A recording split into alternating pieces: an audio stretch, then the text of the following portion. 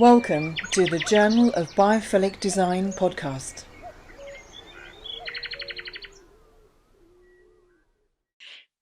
Well, we're really glad to be joined by Sally Augustin again. If people have listened to us before, obviously we're now doing a video cast on YouTube.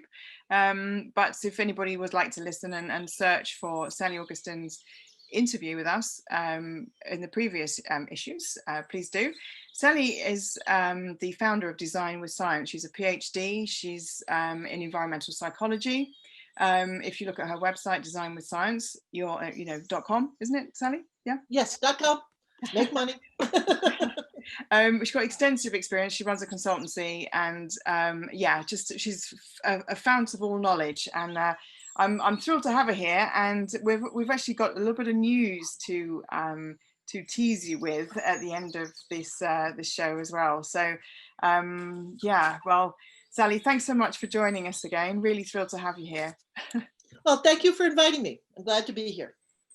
Can you tell us just a little bit about what you do as a recap for the new listeners, please? Sure. I'm an applied environmental psychologist. And what that means is I think about how the physical world influences what goes on in our heads. So I consider like how colors on surfaces influence creativity, or how well people get along with each other, So I think about visual experiences. I think about what people smell.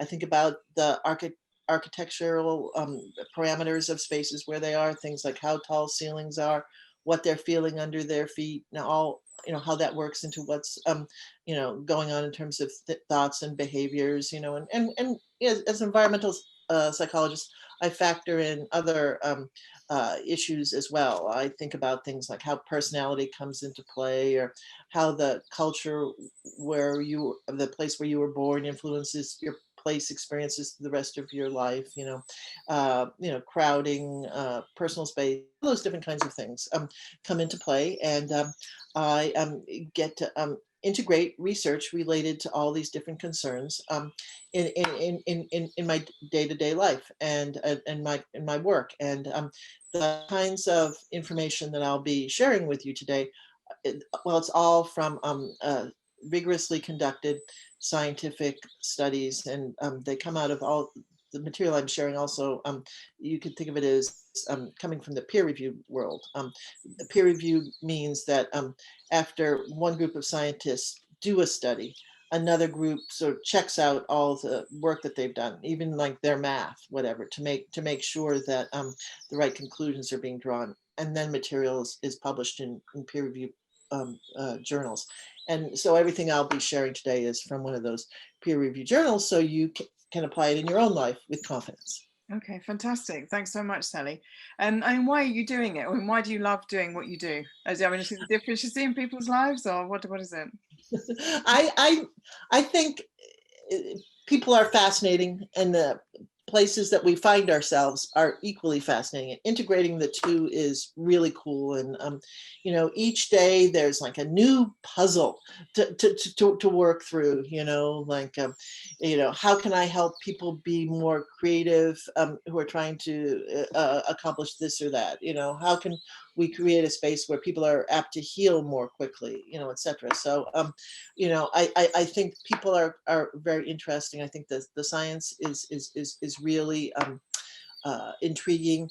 And I also think getting all this research sort of out of these academic publications where, it gets somebody tenure and all, and that's important. But besides that, it basically rots. Well, getting this material out into the world where people can use it and it can make people's lives better is personally very rewarding for me.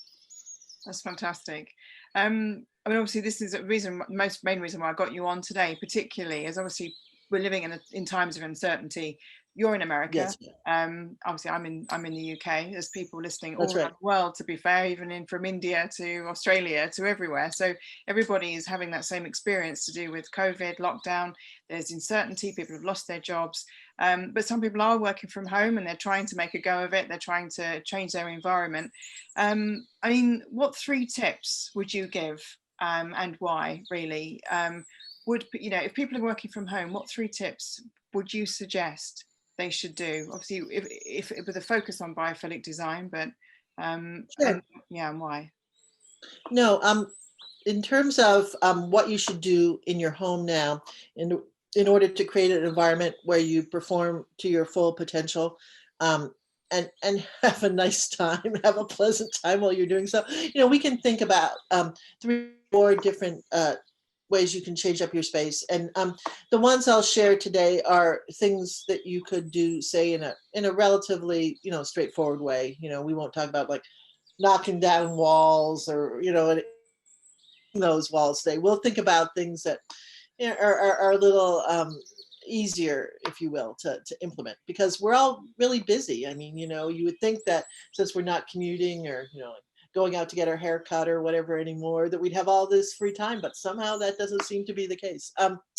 So the very first thing I would tell people to do is make sure there's a green leafy plant in their view as they're working. We respond in a very special way as humans to the natural world. I'm sure that those of you who listen to Nessa's podcast regularly have heard about biophilic design and this special relationship in the past. But when we are exposed to elements of the natural world that would have been present on uh, lovely days in our past, our mood is elevated, and when our mood is elevated, we get to be better at problem solving, creative thinking, and things like that. So I'm talking about when I'm talking about biophilic design and the sort of situation you're trying to emulate in the built world. If you think about a space where our great grandparents eons and eons ago would have had pleasant experiences, that's the kind of space you're trying to conceptually replicate inside today. We green leafy plants include colors and shapes and things like that that are reminiscent of those environments, and that's why they help boost your mood, which is great for your professional performance and also your well-being. If we continue to think about biophilic design, another thing that you should do to the space where you're working is making sure that you have moderate levels of visual complexity. That's the science term. But what I'm really talking about is getting rid of visual clutter.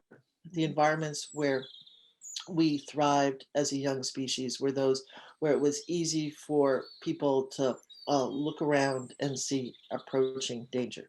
Those environments weren't dark and barren and bare, but they did allow a relatively easy review of the environment. And we're still always looking around us today. As we sit, we don't realize it, but this is bred into us as a species. So, you want to create a space, as I said, has moderate visual complexity. So what does that mean? There's actually all these complicated formulas and things like that people use to determine visual complexity when they're writing their dissertation, and then they never touch them again.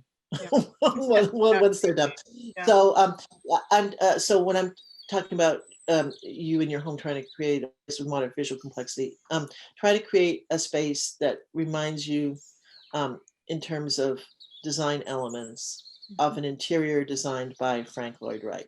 A residential interior designed by Frank Lloyd Wright has a carefully selected color palette, uses a certain number of shapes. There's a certain sense of order and things like that in this environment.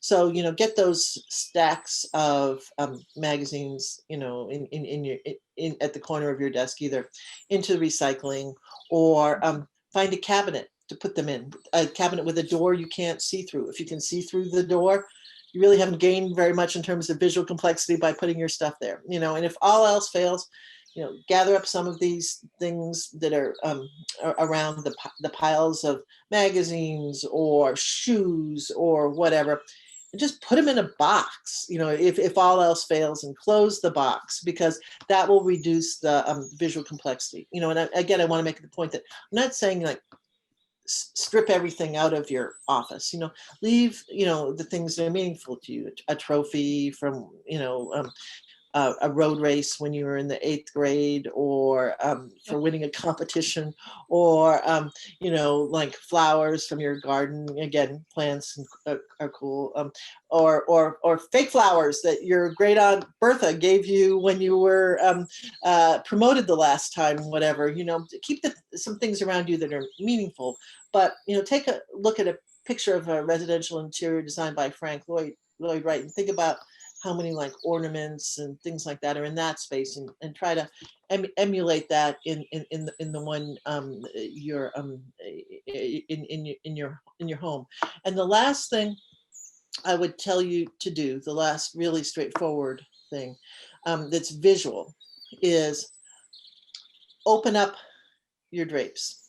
Get as much natural light into your home as you possibly can. You don't want to live in a space that's filled with glare, but natural light, daylight is almost like a magical medicine for us. It does all sorts of great things to what happens inside our heads. It even changes the neurochemistry of what's going on in our heads. So you really want to incorporate as much natural light as you can into a space. And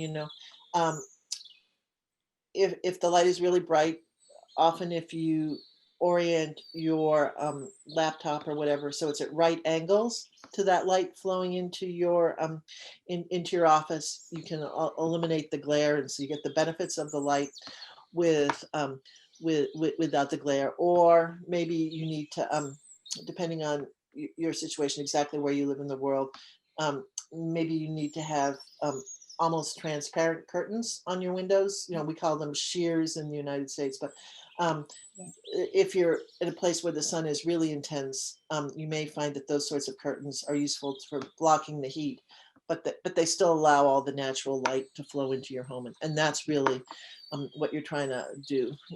Open the curtains, bring in a plant, pick things up. These will be great from a psychological perspective. And there's other things we can talk about too, like as it turns out, seeing wood grain, just as an example, is great at reducing our stress levels. So if you have wooden floors, now may be a time to roll back the carpets that are on them just a little bit, so you can see that wood grain, as you work. You have to exercise some judgment when you're doing this. You don't want to roll up your carpets in a way that causes you to trip over them for the next 6 months, because one of those times you trip, things are not going to go well, and you're going to fall down and break whatever's in your hand or whatever. So like use some logic when you're doing this.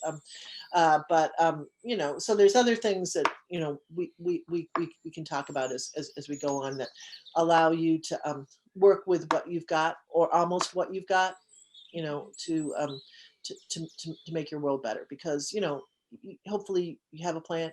Maybe you have a plant in your garden. If not, there's one at a shop nearby. So you want to orient that plant so you can see it. You probably have cabinets of some sort. We all have boxes now because we're living from like Amazon and other sources. So but if, your cabinets have lovely transparent glass doors on them, get out some paper and cover that glass on the inside to block the view, whatever, So you can take the material that I'm sharing and adapt it to your own situation. Okay, that's really important actually about the visual complexity. I mean that's the thing. Visual clutter really stresses us out. Because it makes it so hard for us to keep track of what's going on around us, or at least it did when we were more primitive animals living, millions of years ago, and we retain that, and also in terms of views and biophilic design, going a little bit beyond just bringing in the plant and picking up the visual clutter. You can maybe you can rearrange your furniture a little bit in your office, and you can create what we in the psych biz call prospect and refuge from your seat. Humans are very comfortable comfortable in a way that really promotes their well-being and their cognitive performance when they're in a space that has prospect and refuge. And that means that they feel that like secure and safe, like nothing could sneak up behind them, but that they have a view out over the world around them. And in the case of like a home office, this would be like a view towards the entryway. So if you can possibly set up your desk and chairs so you can look outside, but also so you could see anybody entering the space, that will give you a feeling of prospect and refuge. I mean, think about it when you go to a restaurant and people can seat themselves, the very first seats that go in that restaurant are the ones in the booths with the high backs that have, and the first seats in those booths that go are the ones with the view of the door to the restaurant. That's sort of what you're trying to create in your home in terms of a feeling.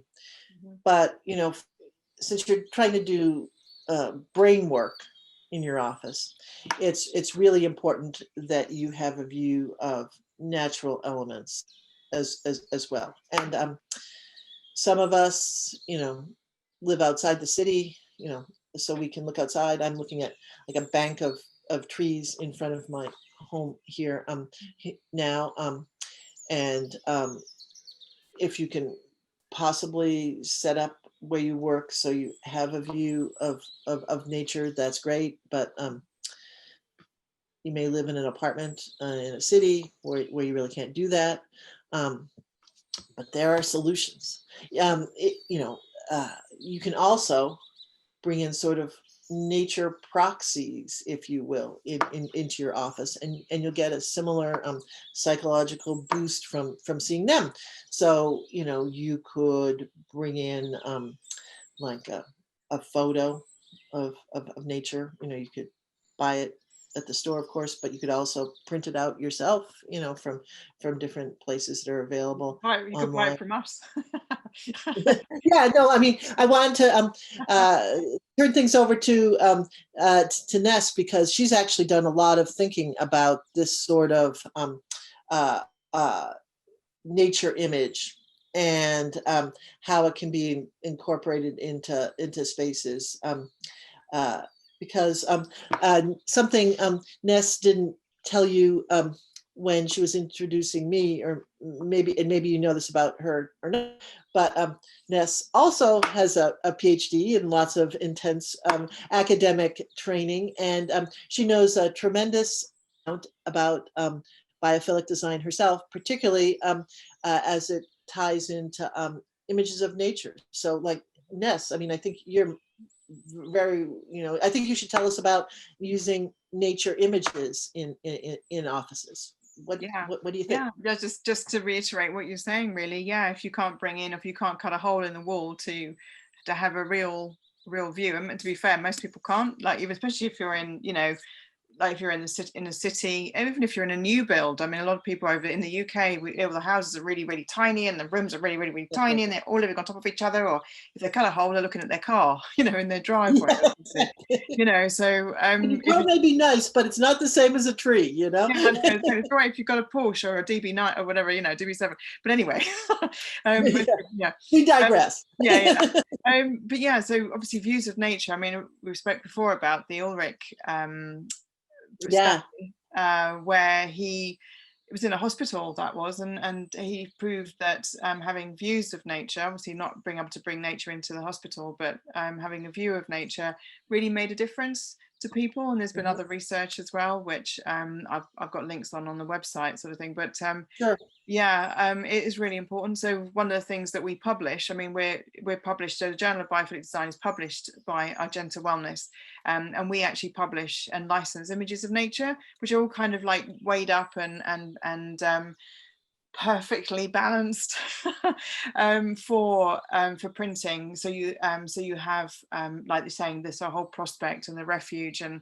views through, and being able to walk into the picture They're not Exactly. just, yeah, they're not just pictures off the internet or whatever. They're actually balanced in that way, kind of thing. It's there is Right. a kind of benefit there, and as I said, people are using it in big large scale offices, so you can create a massive wall of nature. But like Sally said, just having a small image of nature. I mean, one of the things we were asked for were cushions, actually, because people said, well, I don't actually have any space, I don't have wall space, or I don't have that, but I can put cushion. I can put a cushion on my chair next to me, and I can put it in my house. I can put, so we've done pictures of trees and nature on that, so they feel like they've got sort of views of nature. So yeah, it's kind of like you're saying, it's you to think out the box, really, to kind of think about how you can bring nature simulations or proxies that you said of nature in is really valuable. So I was Mhm. going to ask you, Sally, you mentioned a lot about natural light, which you spoke about, and it is really, really important. I mean, obviously it's based on science, it's based on research. Can you elaborate a little bit on that, why it's important to us? Sure. I'd be happy to talk about natural light. It's one of my favorite things as a scientist.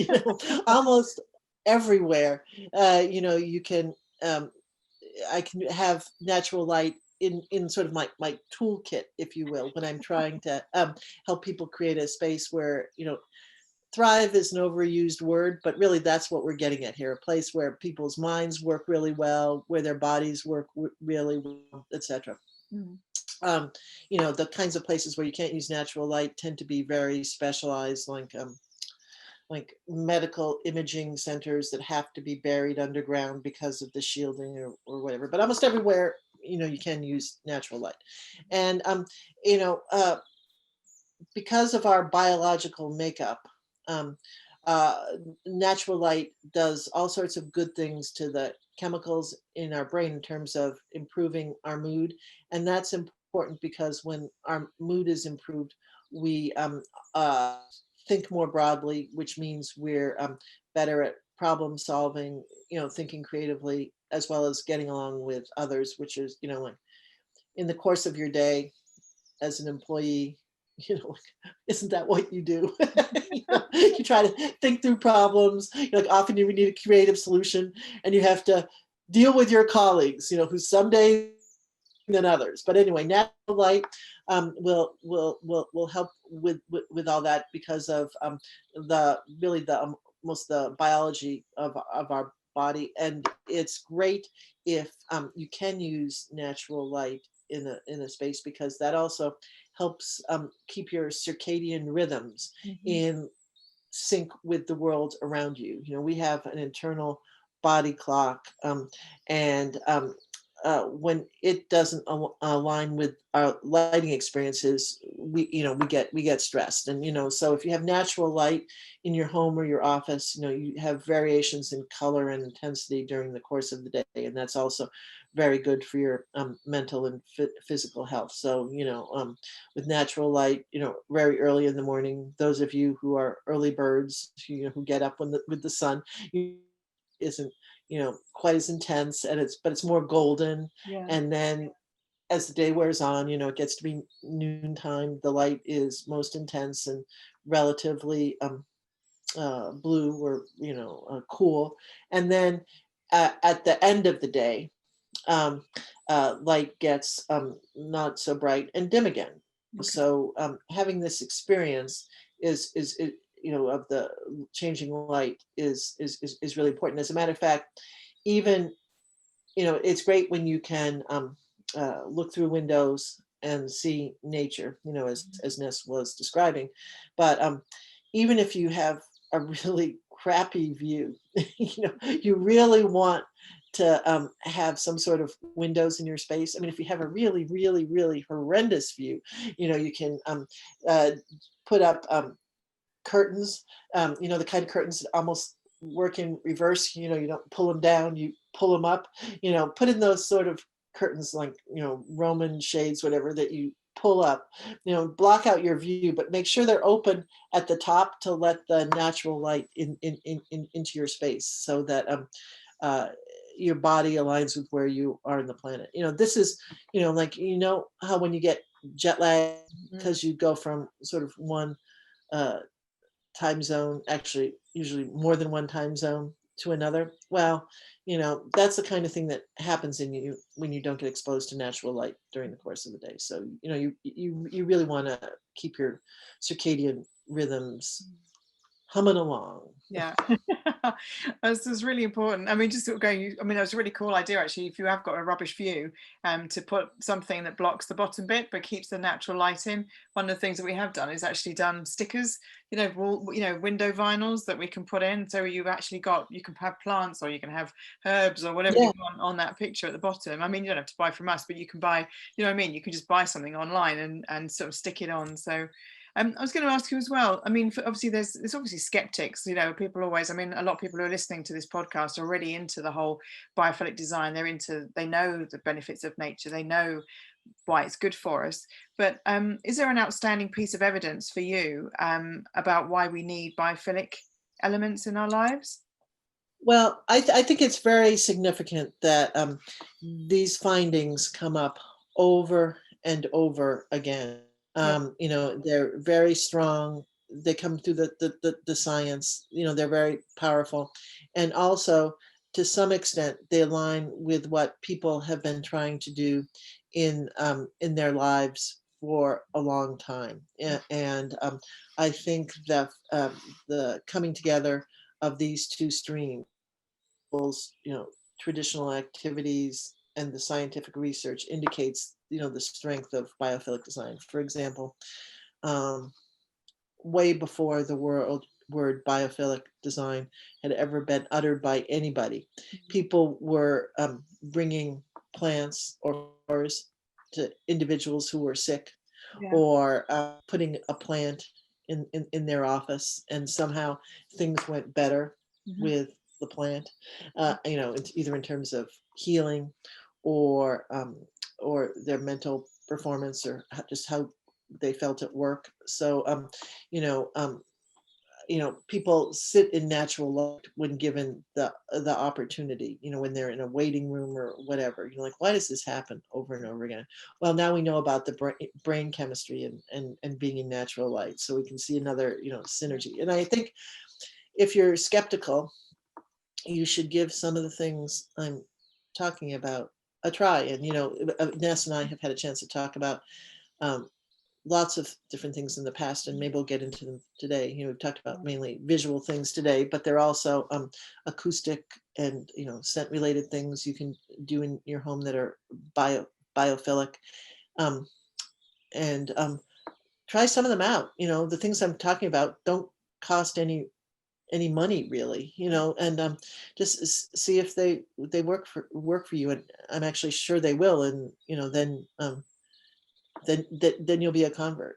Like for example, something that you can do really easily, just as an experiment, if you're a skeptic, is, as it turns out, listening to nature sounds, the sorts of sounds that you might hear a sunny meadow on a wonderful spring day. Well, those sorts of sounds are very mentally refreshing to us, and they help us. So they help us continue to perform to our full potential if we're doing work that requires concentration and focus. And they also help keep our stress levels in check. So, so like, what are the sounds of like a meadow on an incredible spring day? Well, the kinds of things I'm talking about are the sounds of burbling brooks, not hurricane force, winds and rain, just like gently burbling water, leaves rustling, grass rustling, birds quietly and pleasantly calling out to each other, not like parrots screaming, but like a sparrow like trilling along for a moment or whatever. You get the idea. We've all been in that meadow on a lovely spring day. Okay, so you're probably listening to something when you work anyway.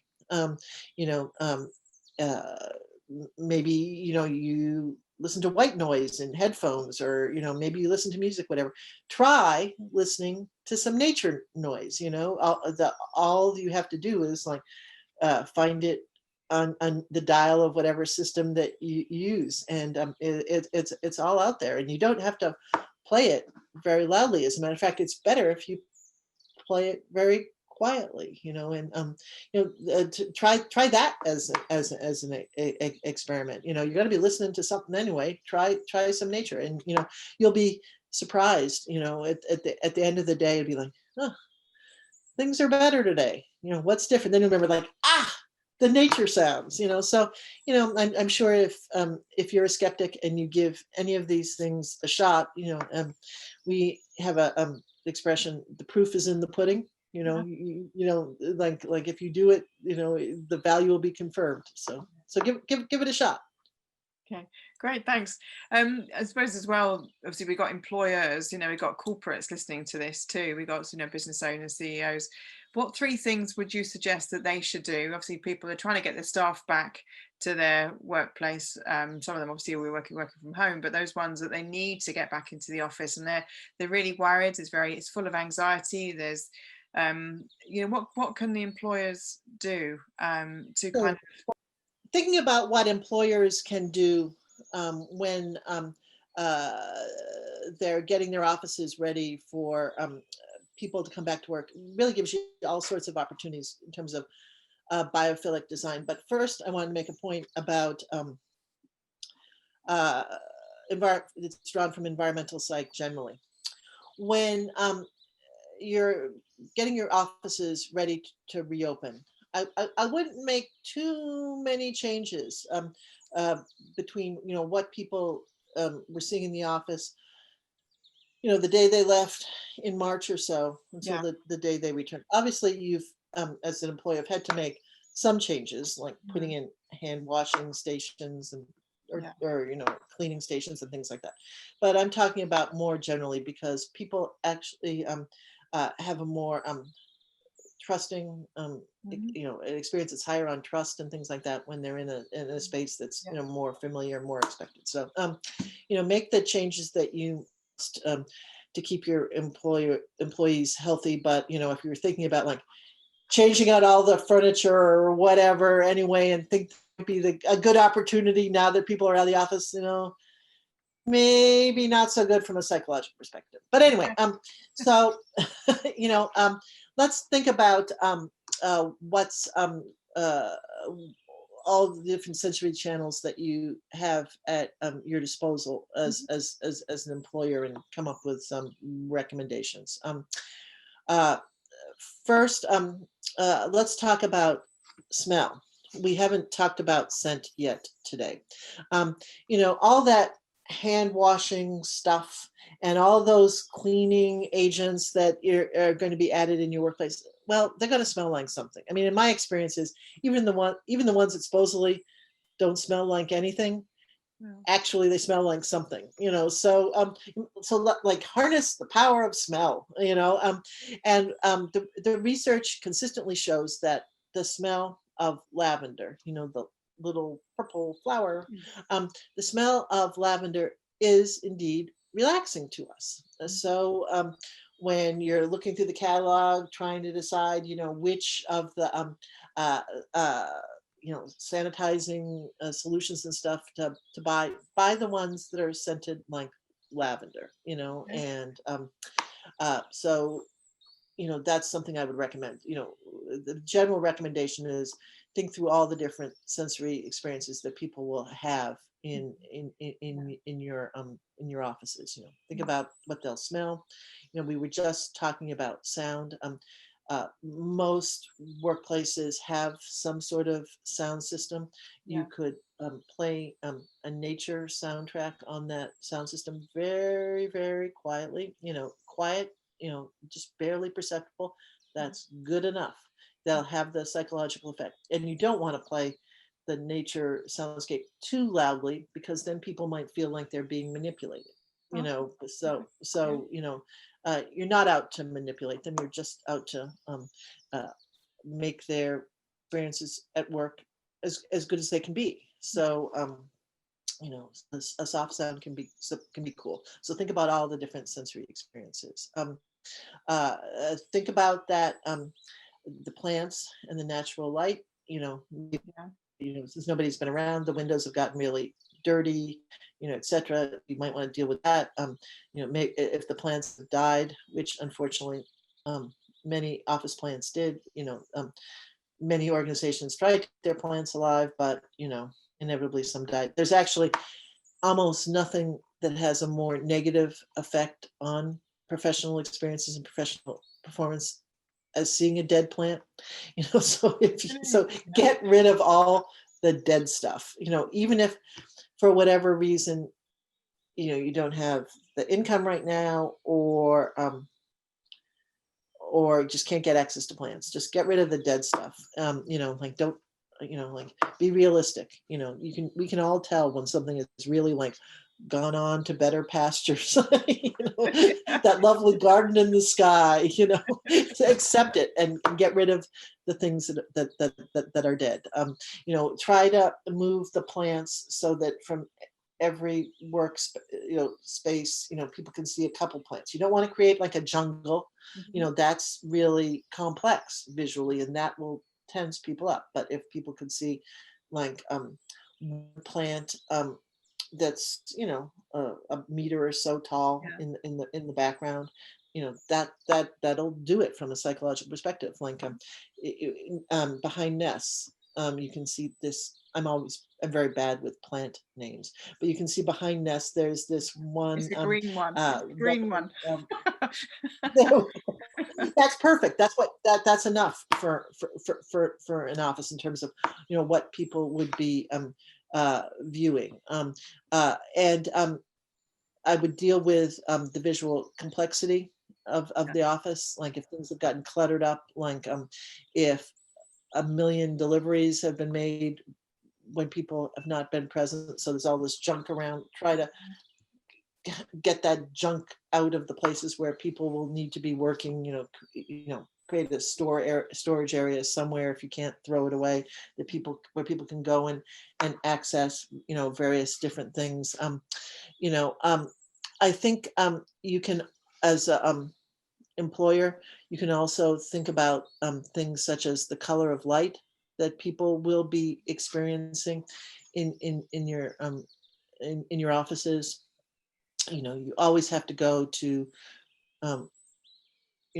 anything you do has to be in accordance with local building codes and things like that. But if you try to introduce some warmer light bulbs in areas where you like people to be relaxing, that can be a big plus, because we're calmer in spaces with warmer light. And whenever I'm talking about light, I'm always talking about white light, like bulbs that you might find in a store on any day. Some of them are a little warmer, some of them are a little cooler. I'm not talking about those novelty light bulbs that you see around Halloween or Christmas that are orange or something like that. So when I'm talking about warmer light, I'm talking about a white light that's a little, that's warm according to the package.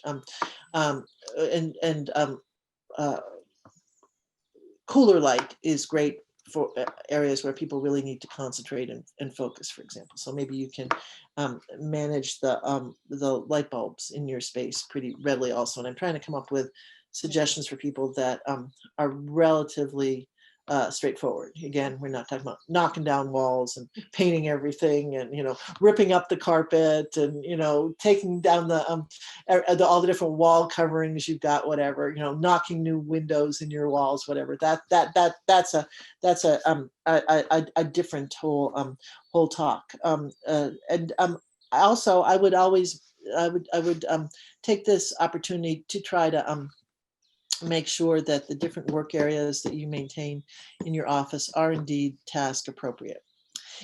Think through, the different types of work zones you have in your office. And although I was saying don't make any dramatic changes, from March till now, you might want to think about things like, if you've created spaces where you think people are going to be doing work that requires concentration and focus, but they're right beside a hallway where people will walk. The kind of inconsistency, really stresses people out, and people will be this close to the breaking point when they return to your office anyway, because we've all experienced so much stress, in our lives recently. So, you know, if you do have that area for focus work beside the hallway where people are going to be walking all the time, now might be a good time to sort of flip things around a little bit and move that area for concentration and focus a little further from the hallway. So, to the extent that you can, without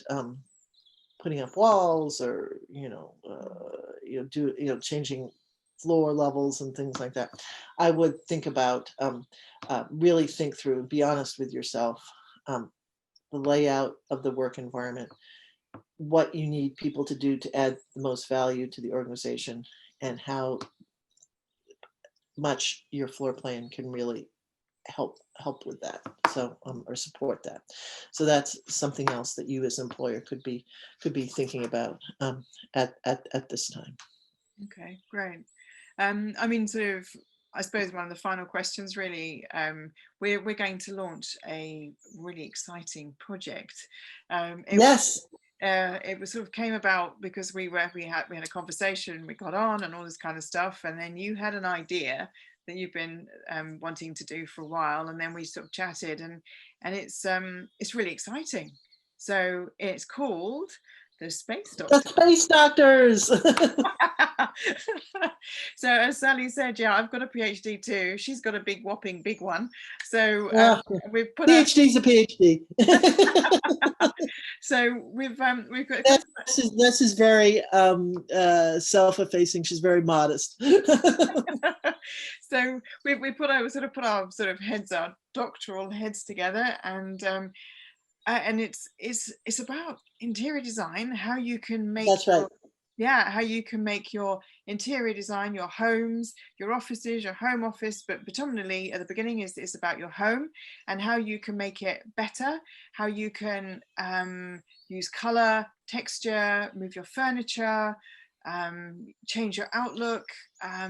It's really exciting. It's really about how you can use the science that people have been doing for years and years about how we experience space and how design influences what goes in our head. And with the Space Doctors, you'll be able to apply all that research in your own life, and you'll be able to do so with confidence, because what Ness and I are sharing comes out of that peer-reviewed press that I was talking about at the beginning of our conversation. There's these that have been done in a rigorous way and then checked over before we ever learn about them. So now, like when Ness and I and the Space Doctors tell you to do tell you to paint the wall green, you really should go out and paint the wall green, because there's all sorts of support for it. Yeah, exactly. So as Sally says, it's based on science. So as you know, if you should be painting your wall green, there'll be a reason why. And saying it's all backed up on science. With science, it's all backed up on research. Sally, is there anything else that you'd like to add about the Space Doctors, or what you're excited about and what people should? I think the only thing I have to add is that people should come to the Space Doctors and see the range of topics that we cover, because in our podcast today, we've been talking about things that you can do without too much turmoil in your home or your office. But there's a tremendous amount of research we haven't been able to cover that is really applicable and can make your life better. So come and find out how you can use the spaces and places and other design elements in your life to live the sort of life that you've planned. Sort of come and get a design prescription, if you will, for your well-being. Thank you for listening to the Journal of Biophilic Design podcast.